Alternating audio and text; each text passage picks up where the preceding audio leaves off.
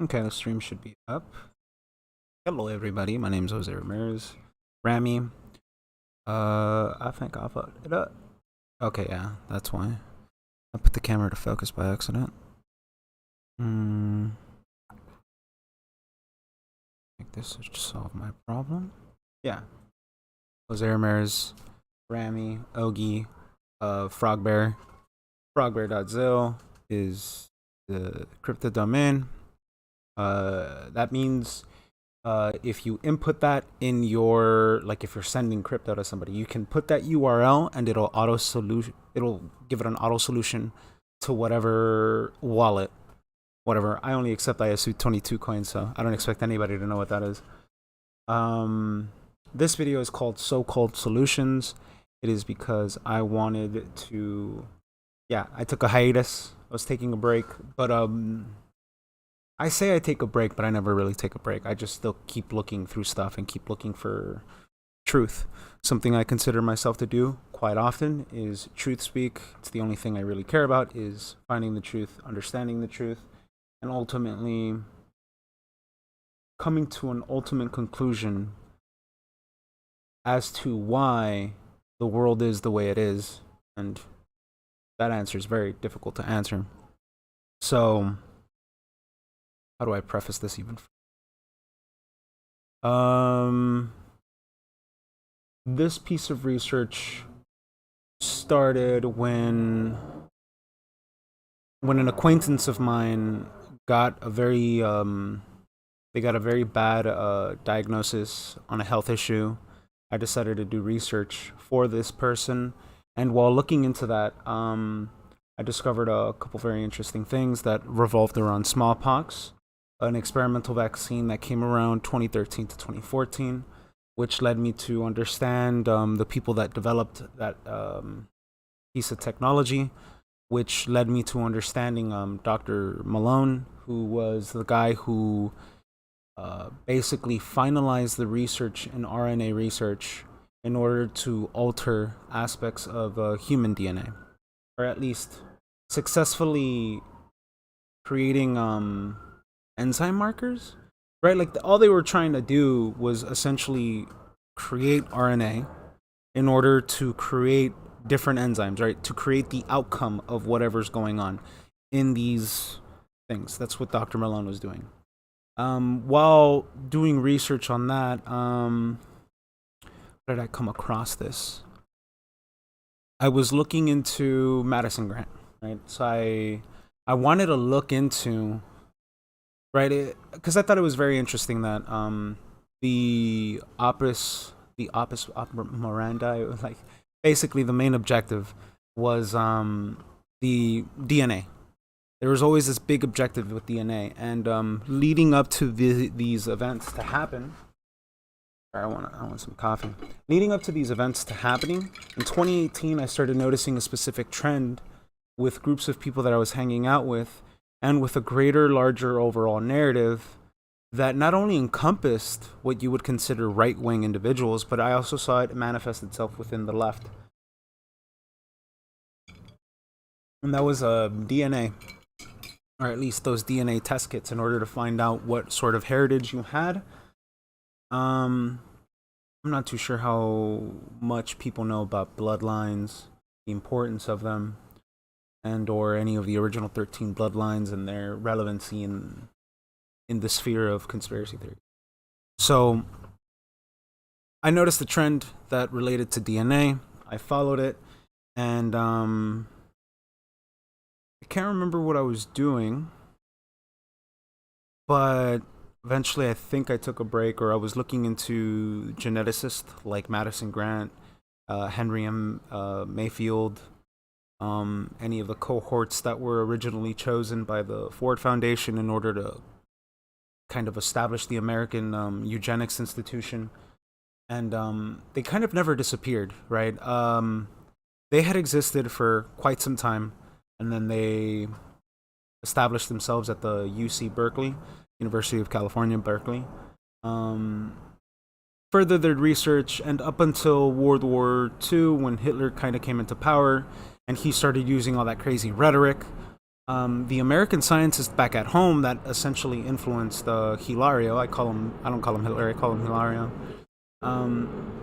Very interesting with the way that was working out, with how essentially Hilario was very influenced by these circle of scientists. But beyond that, I started noticing a very interesting trend that revolves around Nazis.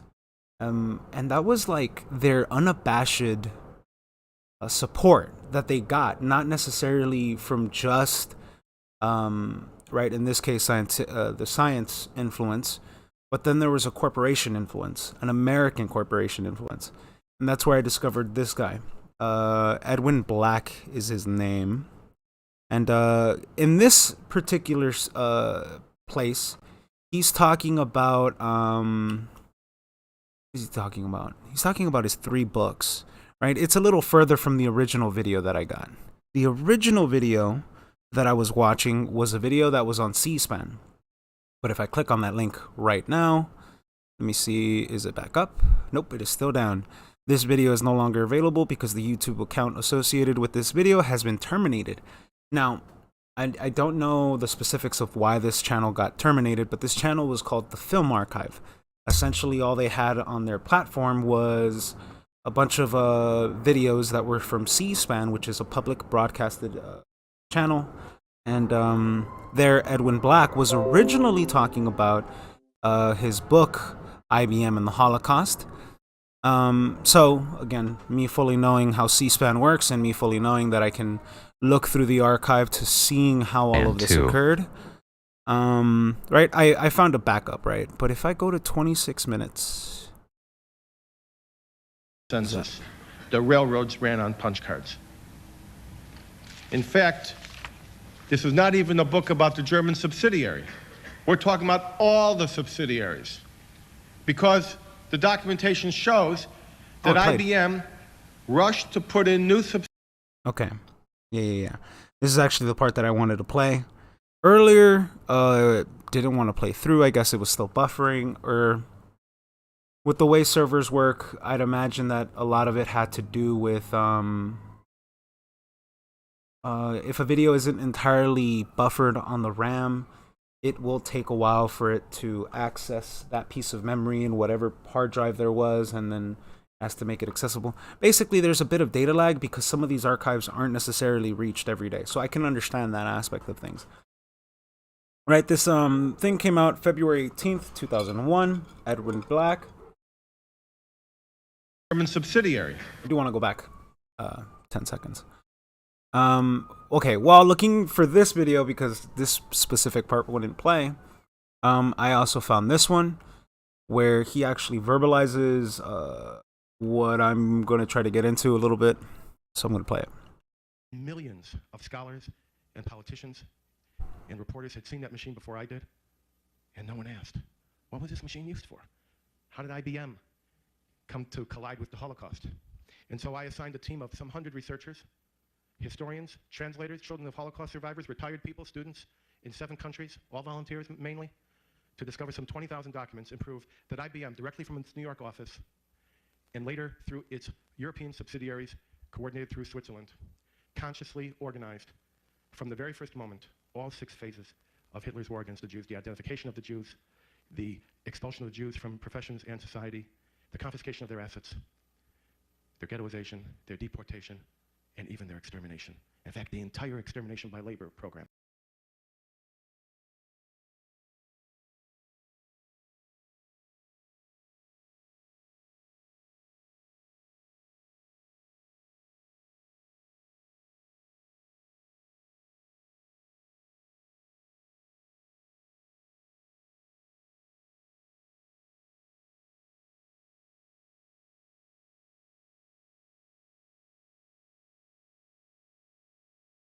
There was no sound. And that's actually a good thing because there's a lot of noise outside. Very sorry for that. Essentially, what he's describing, that IBM was working hand in hand with German authorities throughout the entire planning process of this war. So it was already originally planned for them to completely understand the population of these areas. Now, what he's describing is one of like the direct effects that occurred because IBM was able to alphabetize and catalog every single person inside of these nations. But the thing that most people are kind of glancing over is they did all this years prior. Like they did this leading up to, because you have to remember, if setting up a company takes a few days now, what would setting up a company back in 1930 look like? Especially when it's an American company creating subsidiary companies inside of a different nation, right? And he said it himself, where these companies were operating outside of Switzerland. The amount of planning, the amount of staging, and the amount of labor that would be required in order for any of this to occur is, I'm not going to say expansive, but it does require a lot of individuals in order to work along with one another in order for all this to happen. He also catalogs and details when the IBM machines entered Europe, how they got there, right? And how he also said how they rushed ahead of time in order to allow for all this sort of thing to happen. So I'm going to play the original clip that I wanted to line up. Hold on, I'll mute myself. We're talking about all the subsidiaries because the documentation shows that IBM rushed to put in new subsidiaries in cadence with the Nazi takeover of Europe. Right after Poland is invaded, he puts in a German subsidiary in occupied Poland. You see what I mean? So you're telling me that American venture capitalists are working alongside with this government, but they're working ahead of schedule. Quite a lot of compliance, if you ask me.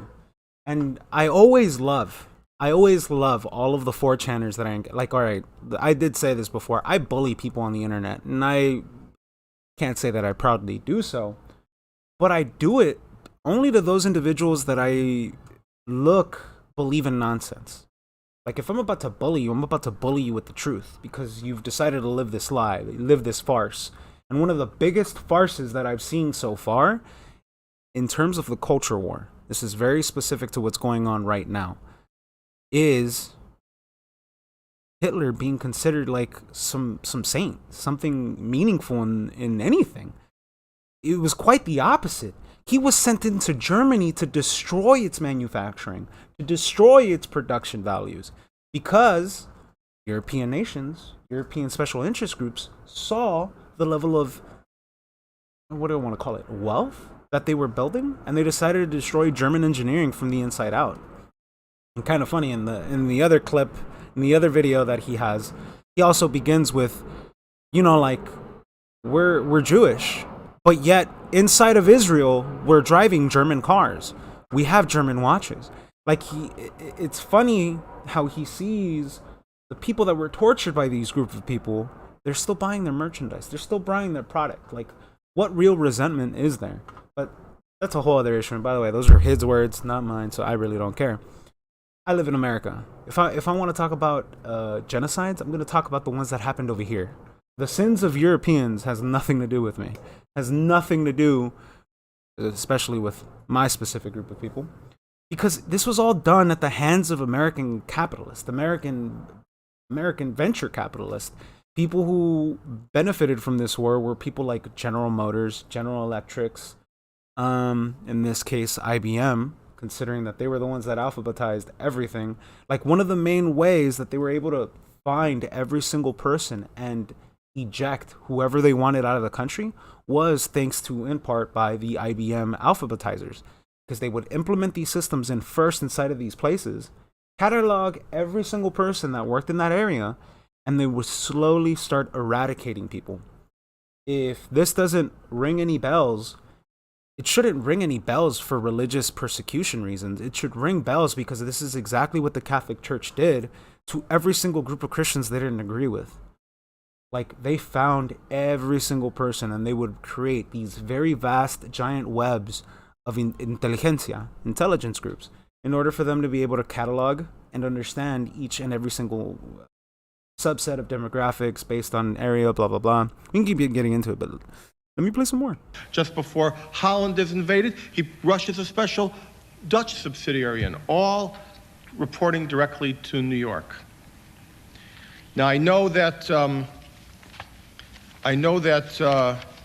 IBM will say that it lost control of its subsidiary at some point. It had no control over these people after the war started. October 9th, 1941. To Thomas J. Watson, European General Manager, Mr. Lear, writes a letter, and in this letter, he's in Berlin, reporting directly to New York, and he says,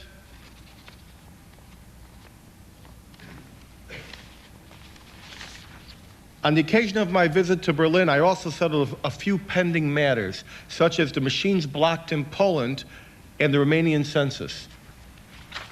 In other words, the European General Manager is in Berlin, writing back to New York on October 9th, 1941. And yet people want to look at me. And the people that I'm talking about, at one point in time, at least in my head, I'm too kind. I still consider all these people my friends. Even though some of these people have said some of the worst things to me in a degrading fashion, I still understood that this wasn't necessarily their fault. This was like, hey, like, I'm not going to blame you just because you have a shitty foundation of understanding the world you live in. If you want to believe that this dude was such a great guy, well, then explain X, Y, and Z, and explain whatever. This guy, Edwin Black, he's Jewish. So I already hear some of these people be like, oh, well, I don't believe in anything a Tiny Hat says. I'm like, dude, even he agrees in some of his research where he talks about how even he feels conflicted that there were Zionist groups working alongside Hitler in order to destroy Palestine in order to establish the creation of Israel. So the truth hurts to anybody. It's not my fault that I decided to look at the truth and everybody else would much rather decide to live with this false paradigm reality of like, oh no, they were the good guys. Well, if they were the good guys and if you worship them so much, then why are they poisoning our food? Why have they poisoned our medicine? And why have they completely made a joke of our establishments like the education institution? Like, there's a book called Nazi Spy Rings in America that completely detail out how the OSS became the CIA and why our entire intelligence apparatus was modeled after the SS soldiers. And even they were modeled after the Jesuits. So it's kind of like, I don't know. The way it looks like to me is there were very particular special interest groups that wanted things to play out in a very peculiar fashion. And that was entirely to the means of, right? What happened towards the end of the war? Like, let's be realistic. America became a superpower because of the dependence that Europe had on American products. And that was only up for a while, up until they decided to cut that sort of thing off with the FDA, or at least what I consider the Bureau of Chemistry, right? They were considered the Bureau of Chemistry for a very long time, up until they decided to change their name to the Food and Drug Administration. And that was because of the muckrakers and essentially what they found with whatever. I mean, it gets into like a whole bunch of other stuff. But I think it's hilarious how people do not see the parallels with what happened in this situation with American venture capitalism going way too far. Like, they assisted in one of the most horrific events in history, yet they didn't pay a price. Yet nobody knows this. Yet they're still allowed to walk around in America and operate freely. So, I don't know. I think it's hilarious because, you know, people would much rather stay inside of their little box of optics of, oh no, it's X, Y, and Z. It's this very simple explanation of life. And I'm like, dude, like, your simple explanation does not explain the fact that these group of people that make these decisions are not religious. You're blaming religious people.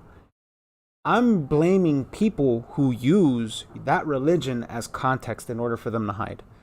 Right? These are very two different conclusions, and the reason why people are stuck in these false paradigms is because the FBI infiltrated certain forum groups and only allow certain rhetoric to flow in a particular direction, and that particular direction is fantasizing, fetishizing, and promoting this false rhetoric of the German entity known as the Nazis. And by the way, I don't think they were an organic group. I think by large and large, they were essentially created for a purpose, and that purpose was to destroy Germany and its manufacturing capabilities at the time. But, you know. Unblocking machines stuck in war-torn Poland and moving them into Romania, where in the middle of one of the most heinous and bloody exterminations of the war. And the very next day, he sends a detailed explanation to the rest of the senior staff, and he tells them machines blocked in Poland, Romanian census, that he intervened with Mr. Wood. You know, at this point, I'm just going to leave it at that, just because there's no need, right? He's pulling up letters that were written by the CEO of IBM at the time, and he's just definitively proving that, okay, he doesn't say this. He does not explicitly say this anywhere at all. But I will say this. There needs to be a medium, a middle, an in-between. The reason why my vocal cords reach this microphone is because it uses the air as a medium to transfer waves, right? Who and or what was the medium that allowed the planning, the staging, and the understanding of what was going to be done from beginning to end, that allowed the use of American corporations inside of a country that had no relation to it and later became an enemy of it? What happened? What was up with this false paradigm? And then why involve America at the end of it? And then why do you have reference to them calling America a sleeping giant? The way I largely see it is the intelligence apparatus that was absorbed into America through the deal that occurred thanks to the spy rings in America. By the way, great book. I really recommend it. It's called Nazi Spy Rings in America. Essentially them blackmailing a bunch of politicians with videotapes, with allegations that were very saucy for morally for the people at the time, etc., etc. I can go on. But these are just tactics. I'm just merely pointing at where we are now and where we were then, and building a conclusion off of it. Because things have seemed to progress in a very peculiar fashion. And it always seems that everything that has ever occurred in terms of war, in terms of disputes of land, disputes of territory, and disputes of resources, it has only ever benefited the European oligarchs. It's never really benefited any of the American dynasties, because if you look into any of them that were established here, like, what is it? I think there's allegations that the Bush family is related to the Queen of England, and they themselves are descendants of some family. Either way, point is, right? Like, how does every single president in America, how are they all related to one another, except for two? A very famous article by the Daily Mail, right? They wrote an article about some like middle school student who did research on every single president that ever served here in America. And they found out that every single one of them was related, one way or another, except for two. Very interesting. But that's besides the point. I'm merely pointing out that there was a medium. There was something in the middle that worked as an in-between between nations, between corporations, between what is General Electric and General Motors. Right? There has to be a liaison in order for these things to be assisted with. Because, you know what I mean? This was at a time where they were writing fucking letters. So I just find myself stuck thinking, well then, how did all this occur? There must have been someone actually doing all the legwork in order for any of this to progress forward. And it's kind of what, the reason why I bring this all up is because it's what brought me out of hiatus, because I was thinking about it with in terms of the medical field. And what we're seeing now, we're watching a different form of the same thing, where we watched a certain faction get put up to the wall, and their final solution was the subversion and the psychological operation of not just the citizenry of America, but the citizenry of the world. If we look at where we are at now, and we carefully assess with what everything that's happened and occurred, that's what it looks like in terms of trying to reduce certain populations in order, the way it looks, right? You're trying to reduce certain populations of certain sectors. You're purposefully misinforming and misdirecting attention, and a variety of other resources are being expended in order to keep up and maintain a narrative. Now, this war looks different from any other war or any other altercation that we've seen humanity have, but to a large degree, we should understand that. This light's dying. Oh no. Either way. Yeah, what I'm saying is we should understand that we can look at what's going on and we can assume and largely understand that we are watching certain tactics of war or tactics of the past be repeated again in today's modern age. That's why I looked at all this stuff and it completely made sense. Because in 2018 we had a DNA collection. We had a large trend of people who were doing DNA tests because they wanted to find out where they were from.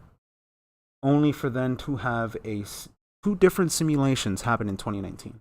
Two different simulations happen in 2019. But only people know about the one that related to the beer flu. What was it called? Event 201. Then, but before that, there was the currency war simulation that happened at Harvard University. Right? Then we see a brand new form of medicine be introduced to the public that relates to DNA testing. And once that identifier of DNA had occurred, where I was like, they're using a new vaccine, new technology, it's using a completely different form factor. I'm like, where have I seen this before? And we've seen it before with the smallpox vaccine of 2014 or 2012 to 2014. And that smallpox vaccine had a side effect towards adults. Shingles. Sound familiar? Either way, moving on. You want to know what monkeypox, smallpox, and shingles all have in common? They're considered a parasite. And there's a very peculiar medicine out there that was banned by everybody that solves this issue. Very interesting. It gets even more interesting when you look at how, right, there's this whole thing about how they were splicing certain enzymes from certain diseases in order to diminish people's immune systems, and when you combine it with all these other properties of other, basically you get a very interesting cocktail. I can't verbalize all of it because it gets me particularly sad, just because, you know, when you know people that took this experiment, and I don't know, it's just that thing where I wish I could do something, and just because I can't, I get really sad about it. But to watch all of this occur, to see, like, now I fully understand, this was their final solution. They lost the war. They have nothing up their sleeves that works for them anymore. And I just get stuck on that, where I'm now in a situation where I have to come to terms with it. And all of it started with me looking at the connection, not the connection, like this was just some random YouTube video that got recommended to me and I watched it. But because of it, it gave me insight and understanding that if we look at, like, right, because I always bitch about this, if we keep looking at life through these very peculiar, specified, very one way of looking at life sort of optics, things will never make sense, and we'll always end up with, oh, that's just a coincidence. Oh, that's just a coincidence. And it's like, no, dude. F to the no. There has been way too many connections, right? So another connection, right? If there were liaisons that were assisting between IBM and Germany, right, we can assume that because somebody had to make their way out to liaison for whatever company was establishing these subsidiaries, these chains of communication or whatever. When they were doing all this, somebody had to do it. Well, if supposedly, allegedly, and under the guise of a thought, an idea, if our government needed offices for any peculiar thing outside of the country, there is a liaison who is picked for that position, and then they are told, hey, you are about to go to this country, you're going to speak to so and so, and you're going to try to barter us a deal with so and so. Oh my, I did this all wrong. Not really. Okay. Coming down to liaisons brokering a deal. Well, we all know of a very current famous person who was a liaison for two peculiar countries, China and Ukraine. And during the time that this said person was liaisoning in these other countries was from 2013 all the way up to the presidential race of 2015. His name? Hunter.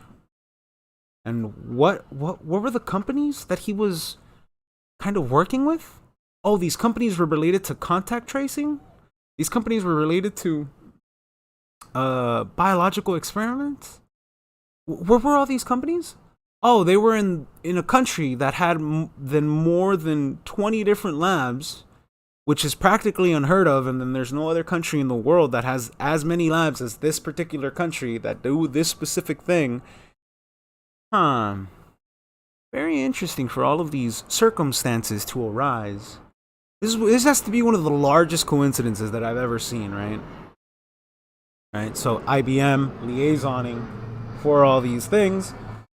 And I could totally see back in the day where they were like, yeah, let's not do that again. Just because Prescott Bush, I think the only person that got really reprimanded for working alongside the Nazis was Prescott Bush. And for those who don't know, that was George Bush Sr., that was his dad, and George Bush Jr., that was his grandfather. Essentially, I think he was alleged to moving gold to the Germans, and he got caught up with that. But kind of weird that he was the only one that got really reprimanded for that. Not General Electric, not General Motors, and definitely not any other sympathetic American corporation company that essentially assisted with this. And it's, have we ever seen a different time where companies all work together to push one specific rhetoric? 2018 and on. I don't think I've seen any like trends culturally that have made like such an impact as like the Nazis did. And meanwhile, the groupthink is as large as ever, with being a part of the rainbow or being a part of whatever melanin that you have. It's just like very interesting, repeating all these patterns. Because at the end of the day, the way I see it is, the people who are controlling these facets of control, they're not fucking dumb. Like, they could look at the past and be like, hey, we went to really good schools and they taught us political science. And the political science they learn is like the kind of political science where, I don't know, the way I look at it is they manipulate people. They speak a certain way. It's like they're groomed to be the way they are, to speak the way they are. That's why, like, you look at Obama and he has a very peculiar past. It's kind of an interesting story. Back in 2011, when I was in Humboldt State University, I had a communications teacher, and she was giving us a story about how purely based on the way you speak, purely based on the way that you're delivering information, like, could give signs to like your perception, right? How you are perceived by others. And she said that when she saw Obama speak for the first time, she was like, he's going to be president. And it was like this ingrained thing that, like, she knew just because of the way he was speaking, the way that his rhetoric was working out. And, you know, he did become president. But he only became president because he understood the demographics of the back end of the culture, which is where Cambridge Analytica comes in. And, right, data. It always comes back to data and understanding the people that you're dealing with.